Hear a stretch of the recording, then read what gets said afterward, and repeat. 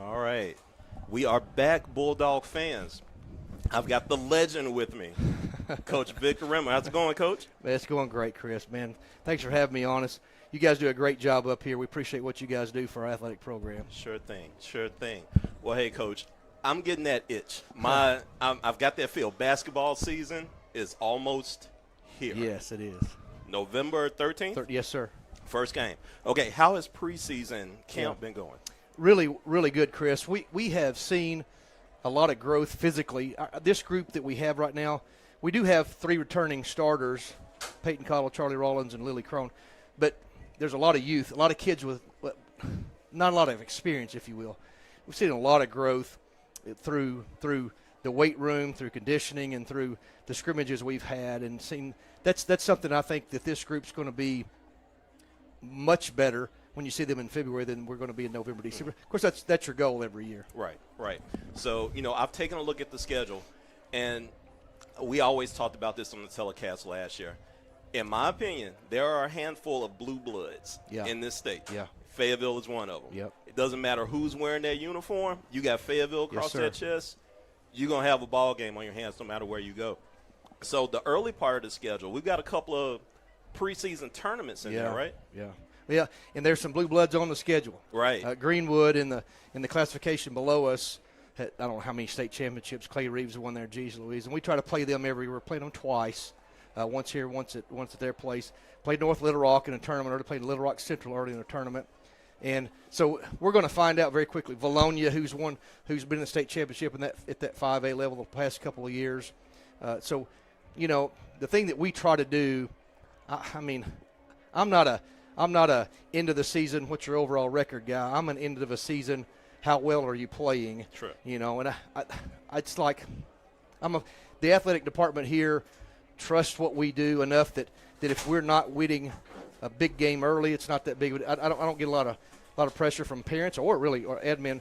As long as we play well at the end, that's our goal. So our early season schedule, Chris, is really tough, and we're going to go to Duncanville, Texas over Christmas break. Last year we flew out to Phoenix, did the Nike tournament out there, but this year we're going back to Duncanville. That Sandra Meadows Classic is one of the tops in the South.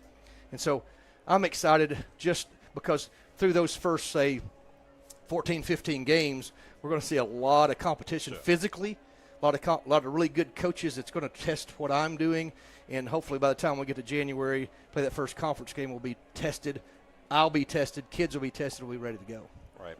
Well, Coach, I'm excited. Like I said, I've taken a look at the schedule. I know some of the kids that have come through. Sure. I had one that played last year. And I'm excited to see what this team does, and I think we're going to have a great year on our hands. I am too, man. I appreciate the support that we get. And this, I tell people, somebody asked me, hey, how's Fayetteville girls basketball? I said, it was great in the 70s, 80s, and 90s. It's really good while I'm here. And one day when I retire, it's going to be Fayetteville High School girls basketball is the place to be. It's the best. This is the best place to coach high school basketball in the whole South. No and doubt. So it's the obviously really good players, because we've been blessed with some great players. We have terrific facilities, but we have really good people.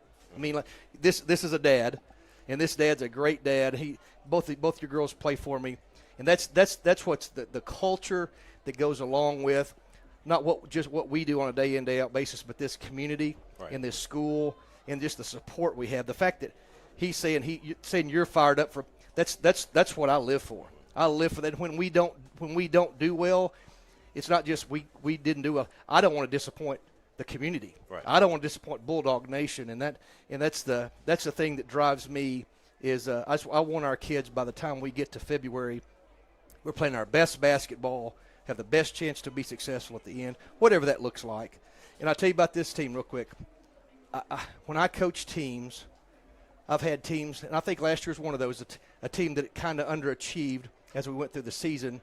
But at the end of the season, we actually played, in my opinion, to the level we could and almost won a state championship. Right. And that it was really hard on the kids, it was hard on me, and I'm sure it was hard on parents in the community too, because we weren't seeing that team.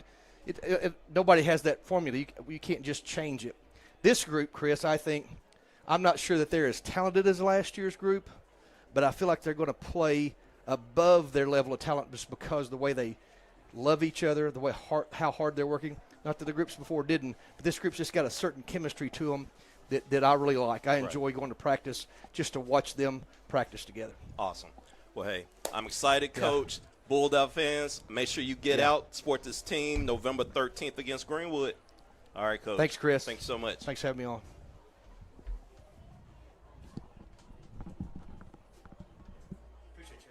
All right, now.